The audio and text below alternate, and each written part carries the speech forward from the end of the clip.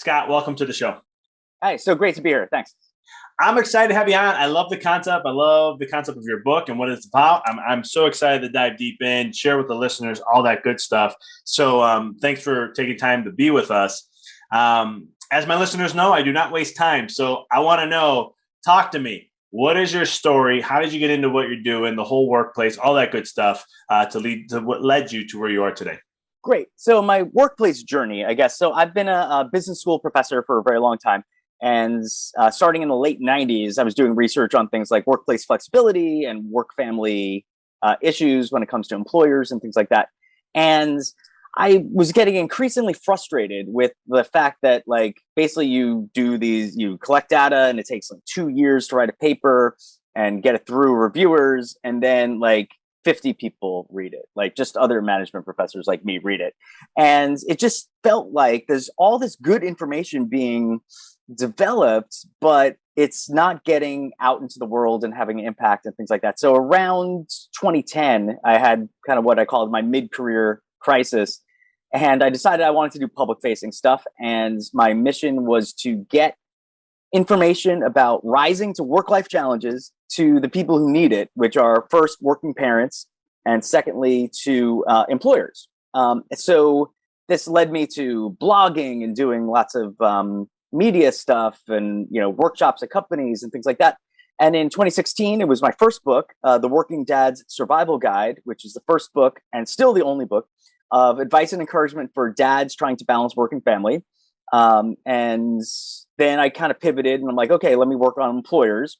And that kind of culminated with this book called The Whole Person Workplace, which is really about how employers can value employees, not just as a part of the machine, but as a whole person with lives and priorities and stressors and challenges and passions outside of work, and how employers can help employees with those other aspects of their lives, building a great culture in the meantime. So that's kind of my professional journey, was kind of this frustration of the limited impact of all this great information. And then it became my mission to kind of like translate that really good information so people can use it like right away. I love that. And what is, like, so when you say whole person, if you don't mind just breaking that down for the listeners, what does whole person mean? Well, so one of the ways I think about this is employers can value employees in different ways. One, they could just be part of the machine. So work it as hard as possible and give it as little resources as possible. Lots of employers like look at their employees as valuable assets, which is kind of like a good-ish thing. Because we take care of assets, right? But that's still transactional. It's still like, I'm going to take care of you so that you can get back there in the ring and make me money. And so it's like, I'm going to work you really hard, but then I'm going to give you like some wellness programs so you can de-stress, and then you can come back and work really hard. And that's better than just being part of the machine, right? Because these people tend to get paid well and, some get other benefits and stuff, but that's still transactional, right? Like, I'm only going to provide for you because you can provide for me. So a whole person workplace is one that values employees, not just as those two things, a part of the machine or an asset, but as an actual person, a whole person who doesn't just exist from 9 to 5 and the part of them that they bring to work, but actually has a whole life outside of work and has other commitments and responsibilities and stressors and passions and things like that. And also, most employees have a desire to bring a good amount of themselves to work, right? Most people want to find themselves in a workplace where they feel engaged and they feel like they're doing something meaningful and they feel like they're respected and valued. So if an employer takes that mindset that my employees are whole people, then it starts you on a decision-making process about, okay, so given our resources, given the needs of our workplace, given, the type of work we do, et cetera, what are things I can do to support my employees? And that could be their physical and mental well-being. And especially we saw this in the last 18 months being extremely important, right? What can we do about burnout? What can we do to help, parents of young children with their kind of intense work-life juggle, or people who are dealing with, like I am, who are dealing with like sandwich generation things with children and like older adults in our lives who we need to start taking care of. And also, employees want to develop in their careers or develop their skills, or some might want to go back and get a degree or certification, or some might just want to volunteer or have time for social life. And so all of these things, right? And if your employer, large and small, so I talked to about 50 different employers, from like big multinationals like Adidas and BASF and Microsoft to literally a food store with 12 employees in the mountains of New Hampshire, and everything in between, and all different industries, so that there's a place for every employer to plug in, whether you're large or small, whatever your resources are.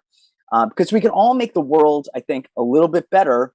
I think one workplace at a time, right? Because if a workplace is a better workplace, it has a spillover into people's lives and their own health. And, it makes things better. People spend a third of their adult hours working, just about. So it may as well be a good experience. It may as well be a good relationship. And it doesn't take that much more effort to change work from just a transaction of time and effort for money to like a relationship that benefits everybody. I love that.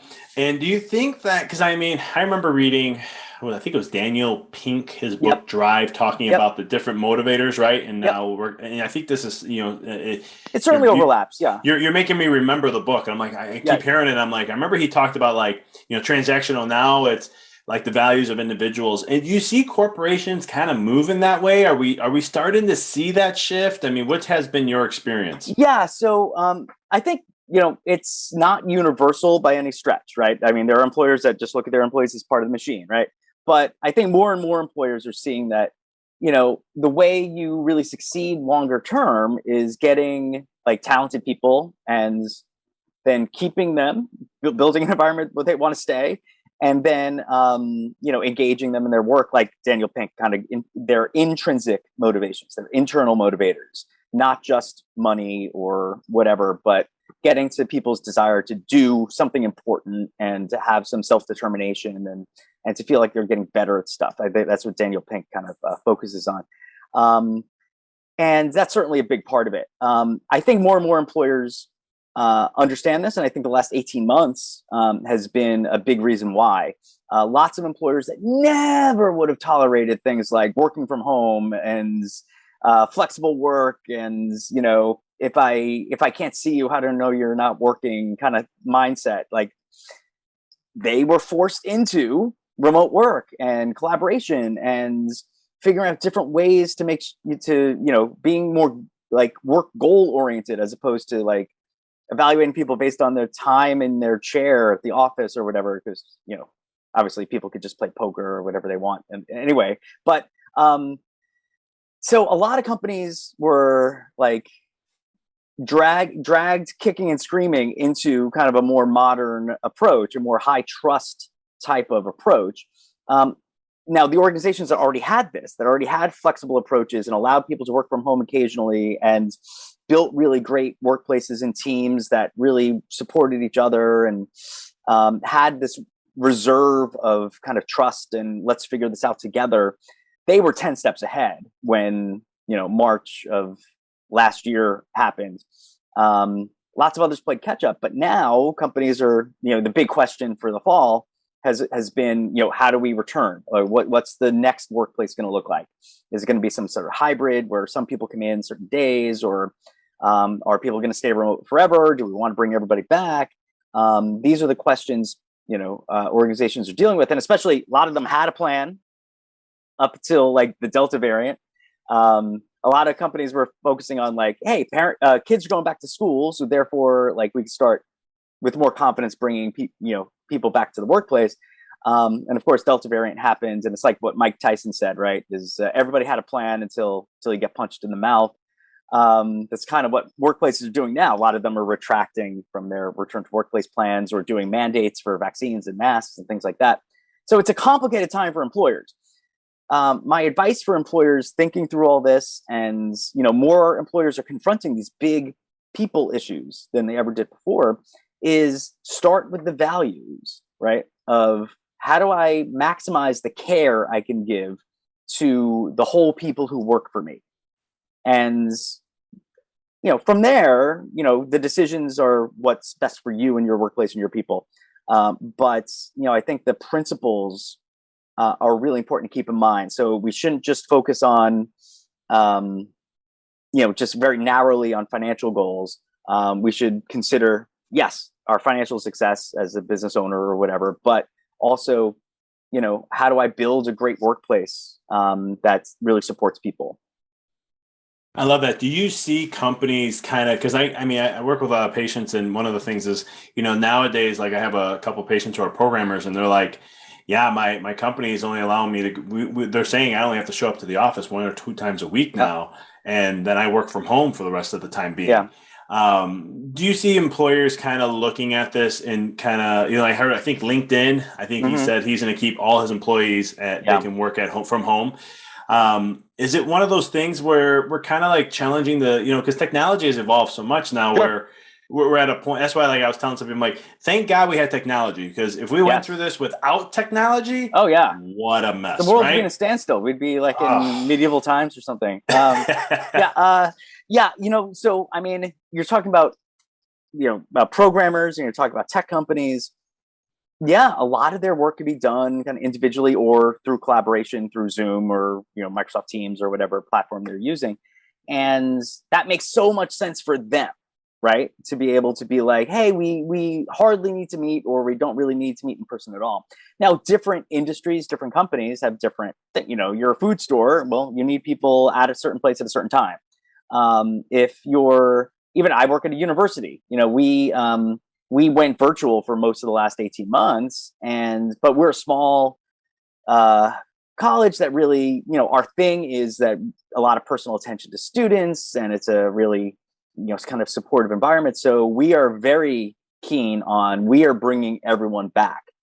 Now there's vaccine mandates and other things like that, but, because of our industry, and then our priority, which is really students, students have missed out on so much over the last 18 months. We want to make sure they get that.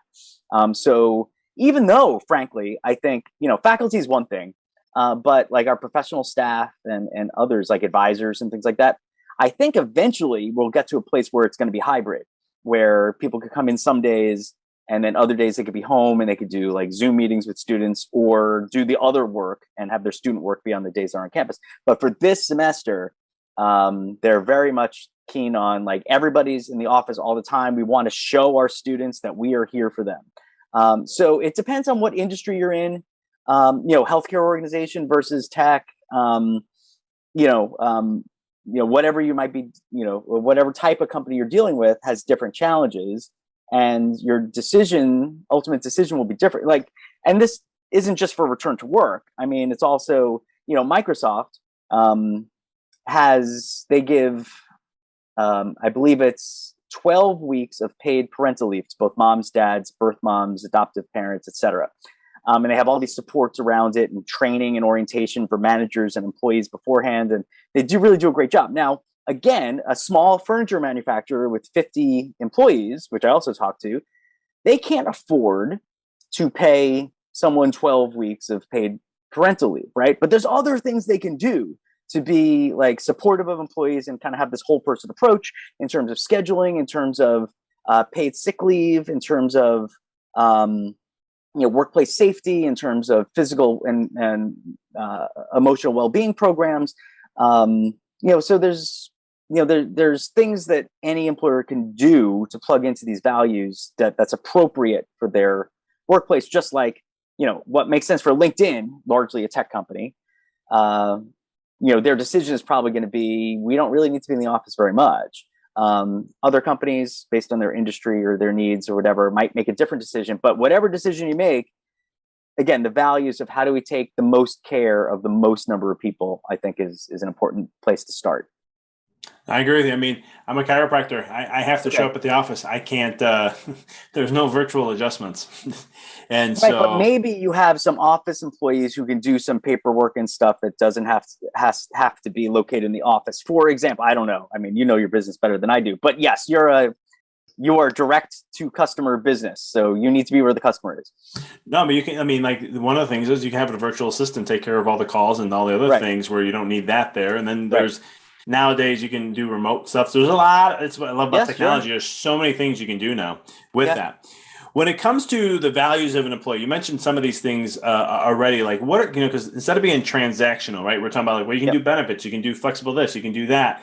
What are things, or if you can give a list or what that may be, that how an employer can, different things they can do to value their Right. employee and help them rather than, because I feel like there's a movement in this where it's like, Yeah. we're going to focus on how do we build our employees up Right. rather than just seeing them as you work for me and this is what you do and that's the end of it. Yeah, yeah, absolutely. So let me give you just like examples from both ends of the scale, from the little to the very big. So at the little end, um, so there was this one company that used to have an all hands meeting 9 a.m. pretty much every morning, or at least a couple times a week. And this was a real like some of these employees who had to drop their kids off at school or daycare or whatever, they're really hustling to get there, and it's really stressful, and they're arriving at 9:03 or something. And then they talk to these employees, and the employees are like, this is hard. And so the boss is like, oh my God, I never thought of that. Great. No meetings can begin at this company before 10 o'clock. That costs them nothing, right? But that's a way to listen to an employee concern or a stress point, right? And they've made a solution for it. Another example, and again, this might seem a little different, but again, that food store in New Hampshire, during the pandemic, they had always had a tip jar at the counter, but the employees themselves, who don't make a lot of money, said, instead of the tip jar, the money in the tip jar should go to the food bank. And the employees just decided that. And the bosses were like, what a great idea. So the owners of the store matched the tip jar every week, or the food bank jar every week. And they've continued to do it for 18 months now. And they've been able to raise enough money for like 40,000 meals for their local food bank. And that's the employer saying, wow, what a great idea. And what a great priority and desire to give back you guys have. We're going to support that, right? And we show that we see you and we support what you support.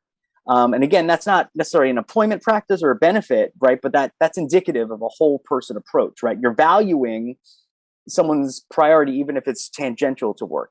At the big end, Adidas, when they built a new facility in a new city and they were transferring some employees from their other locations in, they prearranged for that summer for summer camps for kids and daycares for kids, and they just bought slots at these camps and daycares so that the people moving to a new city where they don't have babysitters and they don't know the lay of the lands or whatever, one less thing they have to worry about as they move to a new city. And then finally, BASF, for example, a big multinational chemical company, you could see they actually, I love how they put it on their website.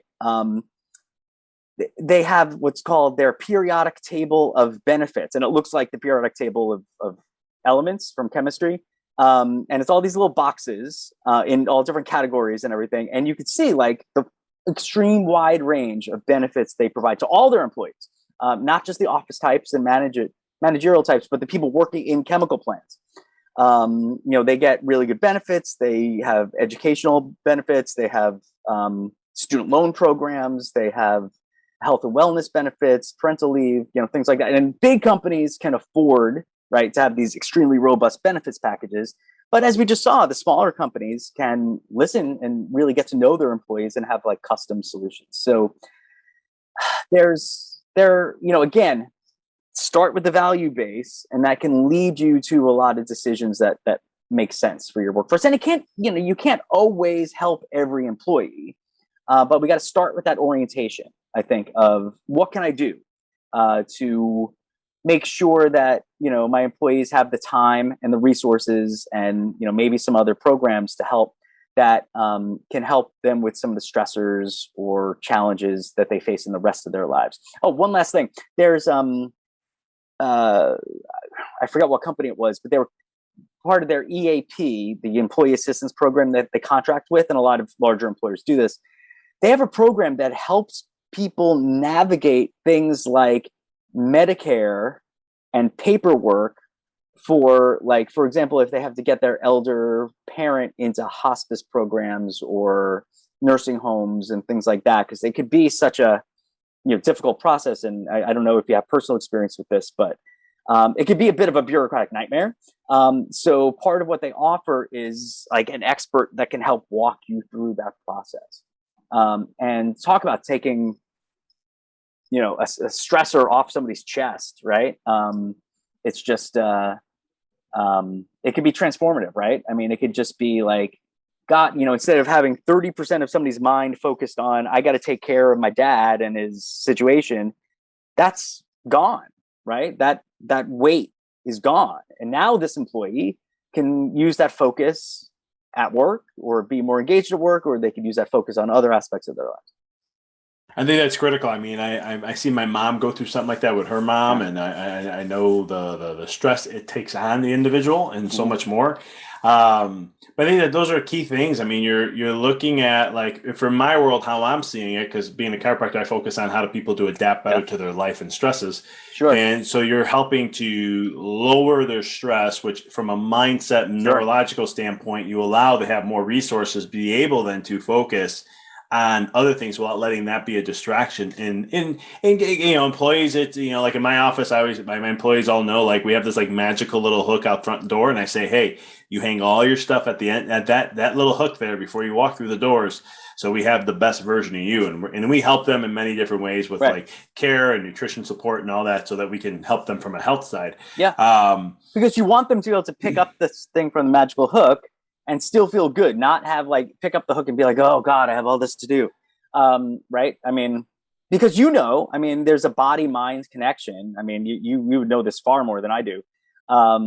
If you're not well physically, it impacts your mind space and things, and you're not well in your mind space, it affects your body. Right.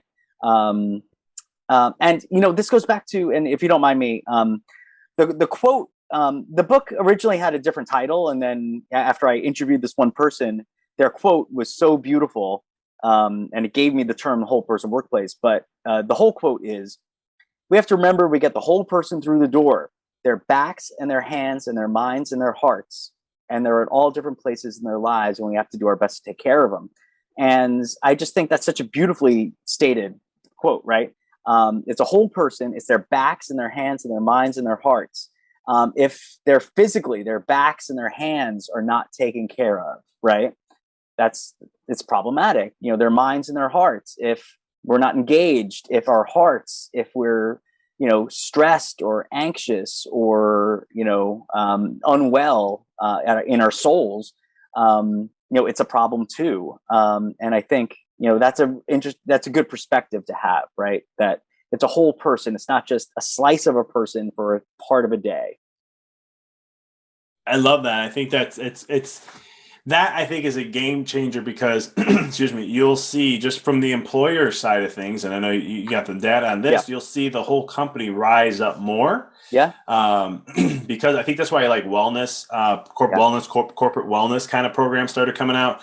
Because it was and I've done some speaking on it and education from a health side and a mindset side. And it's one of those things where it's amazing to see. You just help change just even a small little percentage, just add a little value to help them a little bit. And then all of a sudden, like, the bottom line grows 10, 15, 20% just from that little change. Yeah, well, Johnson & Johnson, they believe that their wellness program returns about $4 for every dollar invested. And they do with the analytics on it. So I don't know exactly how they came up with that number, but I trust it. And wellness programs can span the whole thing, right? A lot of us have in our minds, it's like, oh, you do like your kind of health survey, and then you get a bunch of brochures about programs you could do, and then everybody gets a Fitbit, and we do a challenge against each other. Or we all do Weight Watchers together or whatever. But wellness can be a lot more than that. It could be changing the physical workspace or the equipment people use, right? It could be, again, larger employer, if you have like lunchrooms and, cafeterias and things like that. It could be, encouraging healthier choices in those ways. It could even be things like, listen, can you encourage people to bike to work or walk to work? Are there things you could do in those regards that might get people kind of physically and mentally more well? And there's ways to do it on every budget and that works appropriately for, the type of workforce you have and their needs. That's the thing. One thing I think about too, because sometimes a business, especially the smaller ones, will be like, "Hey, we want to do that for our Sure. employees," but then there's the financial aspect to it. Are there things that, let's say a smaller, because we have entrepreneurs that listen to this, and, Yep. is there things that or examples that they can do that it may not have to be where they put money in, but they can do other mechanisms to follow the help with the whole person process? Yeah, no, absolutely. And so I have sympathy for small business owners. I mean, small business owners, I don't know how you do it. It's, just such a labor of love and of time and of sacrifice. And being an employer, being a smaller employer, there's so many regulations and taxes and extra expenses and things like that, right? So, larger companies have slack resources they could throw at these problems. When you got to keep the lights on next month, you have different imperatives. So I totally get that. But we already talked about some free or near free things. So it could just be in terms of your scheduling. Another food store that I talked to, they have about 120 employees in a couple of locations in a town in California. People get their schedules like 3 weeks in advance, as opposed to just the week before. Now that might be a little more upfront work from a managerial point of view, but that gives people more certainty. Like if I remember when I waited tables a long time ago, I got my schedule a couple days in advance, and that was okay. I was young. I didn't really have responsibilities. But what if I had daycare concerns or doctor's appointments or things like that, right? You can never plan your life if you don't know your schedule ahead of time. So that's one thing. We already talked about just meeting times and making sure that they're appropriate for everybody. Again, that food store in California, they had a married couple, one who was an assistant manager who worked in kind of the back room, and one who worked out on the floor, and they had a baby. And most employers would say, well, we'll split your shifts, right? So that somebody's home with the baby at all times. Instead, this employer said no, because, if they do that, they're never together as a family. It's just like hand off, peck on the cheek, hand off, right? And they were like, no, just bring the baby. Like, well, let's see how it works. They wound up, wearing the baby and, back and forth a little bit during the day. And it worked fine. And 7 years later, this baby is now a little girl who was like the mascot for the store, and all these like regular customers like grew up like watching this girl grow up. And now she knows all the regular customers, and she's like this little mascot for the company. And that might not work to bring a baby to the workplace for everybody, but maybe it could, or maybe that could be part of a solution. Other places, you already talked about in your business, right? The actual physical care needs to be done in person, but some of the other surrounding work might be able to be done at a distance or things like that. And that doesn't necessarily incur more cost. In fact, it could incur less cost if you can get a smaller, footprint in your building or your real estate costs. So, and again, the small furniture manufacturer, all he does is he's very generous when it comes to paid sick time and paid time off. Otherwise, it's working in a small, custom furniture factory. It's not easy work, but he doesn't want people coming in if they're like, I don't feel great, or, something in my back, but I'm going to go, because then someone could get really hurt, or it could like mess up what they're working on. Or if it's like, well, my baby's sick and he couldn't go to daycare, and I kind of found somebody's cousin's friend who can watch the baby while I'm at work, but I'm like stressed about it and I have a cloud over my head. He's rather like take the day, and don't come in with this cloud over your head, because somebody could get really hurt, or, there could be messy rework or whatever else. So, those are just a few examples, and I hope that's helpful. You don't have to be Microsoft or Adidas or whatever to be a supportive employer. There's things to do, large and small. Right, just that tip jar example too. That again, the owners made a donation, or they make regular donation to support what's in the jar, but it didn't cost them anything in the workplace. And they get a write-off for it too, so it helps out. Yeah, I guess so. That part too, right? Yeah. But I think when you're talking like this, I'm also thinking too, I think it's Google, if I'm not mistaken. I may be wrong, but I know they have like a period of time throughout the day where their employees can just go and just think of any idea. Yeah. It's help. called 20% time at Google, which is for their creative types, and engineers can take up to 20% of their work time to just work on whatever project with whoever they want to work on. And again, that kind of feeds like, maybe your job is like, keeps you in a box, but you have some other ideas you'd love to be able to pursue, and that feeds your soul a little bit. That's what that that program does. But again, Google, we can learn from the Googles and the BSFs of the world, but we, not everybody can replicate those things, right, at smaller businesses. So that's why, again, I really tried to be very representative of, the huge companies to the minuscule companies, everything in between in all different industries. I think you do a great job of it. It's just one of those things where I think is like, I know in my office, sometimes I'll have like, I'll ask, we've done this many times before, like, hey, this is where we are. Here's what we're trying to go to. Here's some of our visions. What do you want to bring to the table that you want to do? And I'll let you run it, and if there's a cost to it, then we'll talk about it. And if I see my employer is really passionate about it, but okay, I want to feed into that. So she feels, or he feels, that they're in the vision of the business. So that way it helps. Do you ever it just relates to that, because that's a powerful question that any manager can ask. We had a new dean come in about 6 years ago in my college, and he did his whole listening tour thing, which most new leaders will do at a large organization. And we sat down with individual faculty members or in small groups, and the first question he generally asked was, "You probably want to do something great. What is it? Can I help you?" And there was, me as a faculty member, I dive in. I run our undergraduate human resources program. I do all this like alumni outreach. I'm really focused on getting my students career ready and connecting them to alumni who work in human resources. And I'm one of these people. I just jump in anyway. But there were a fair amount of my colleagues who, never saw a way they could fit in to doing something more. And just that question was kind of powerful to unlock some people's, motivations that had not been tapped into before. So even that question could be something that really helps. I love that. I think that is huge because, it's, again, how do we get them to be more involved so that we can, allow them to be part of vision.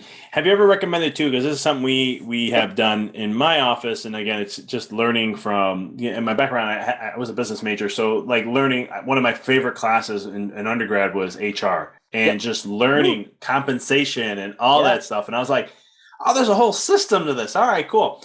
And then when I got into chiropractic school, I learned about the chiropractic business. And then I was like, all right, how do I make it? Because in our world, it's hard to keep our assistants. It's just, it's just the way the industry is. Good assistants have lots of places they could go, and not so good assistants, okay. So how do you create more value to get them? And so one of the things we heard, and I had a coach teach me, this wasn't my idea, but like profit sharing. So once we hit a certain mark of our financial goals, and when we hit them, then they would get a percentage of that. Is those sometimes a tip that you would recommend in a way? Because again, it's not really money out of our pocket. It is, but it isn't, because we're hitting our goals. So we're covered financially. Now it's just, hey, let's share some of the extra wealth. Yeah. The thing about profit sharing is, right, it's almost like you wouldn't have gotten to this level of profitability if you didn't have great people, right? So sharing some of it isn't as much of a cost as like other types of compensation, right?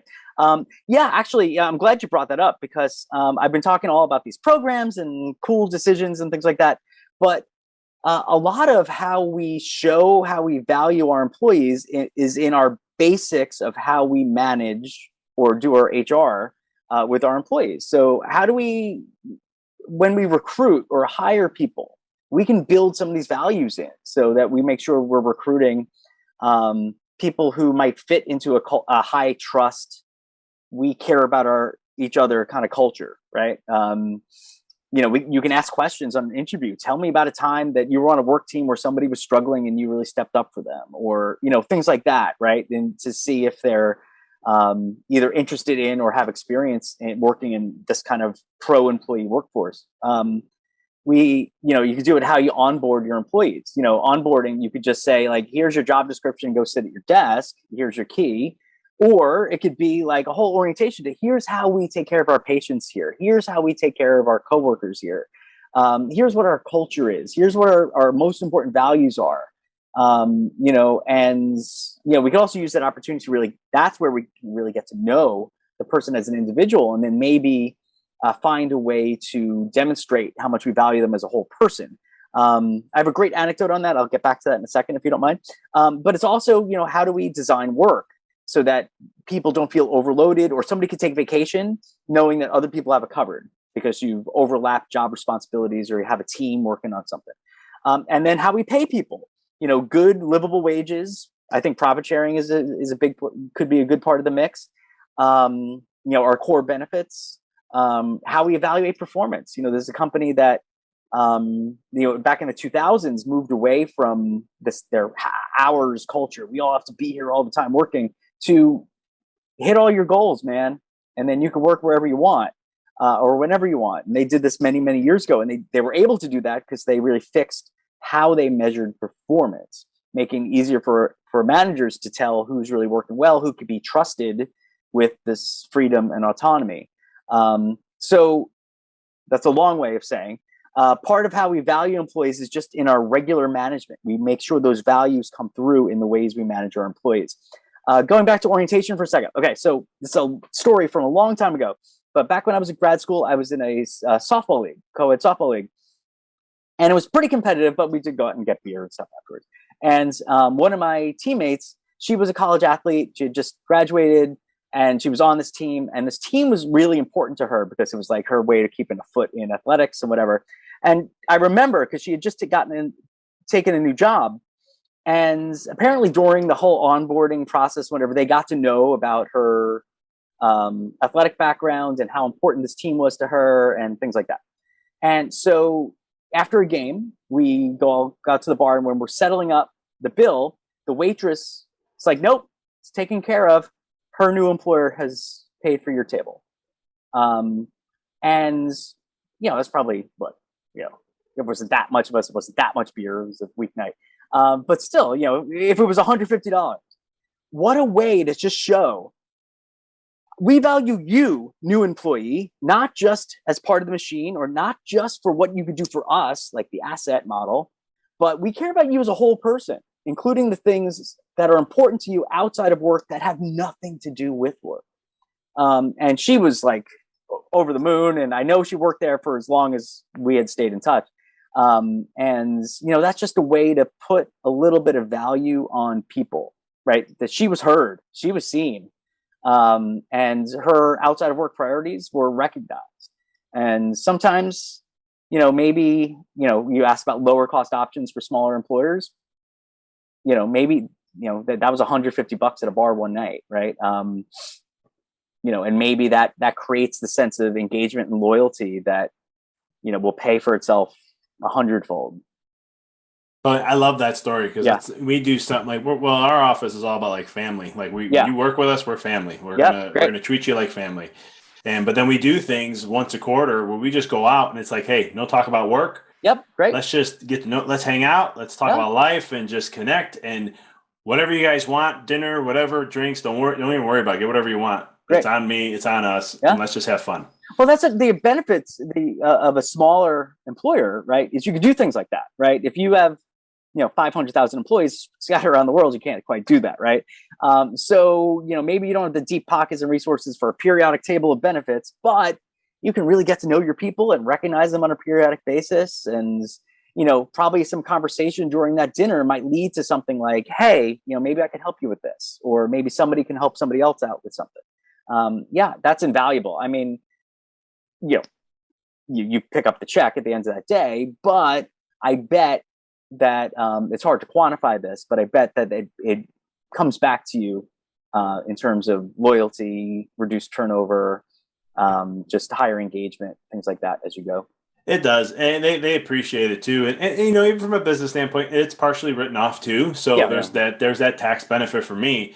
But I even had a friend of mine who he ran a couple CrossFit gyms, and for his whole team and his just for people appreciation. He would do it for the team. Yep. Take them all out, go have an elaborate dinner, get all dressed up, and enjoy once a year. And then he would have like a big party for all his members. Yeah. Just Cool. to be like, hey, I want to show that I appreciate you guys too in that process. My customers are whole people too. I love that. So real quick, Scott, how can people connect with you, find your book, and all the good stuff that you're doing?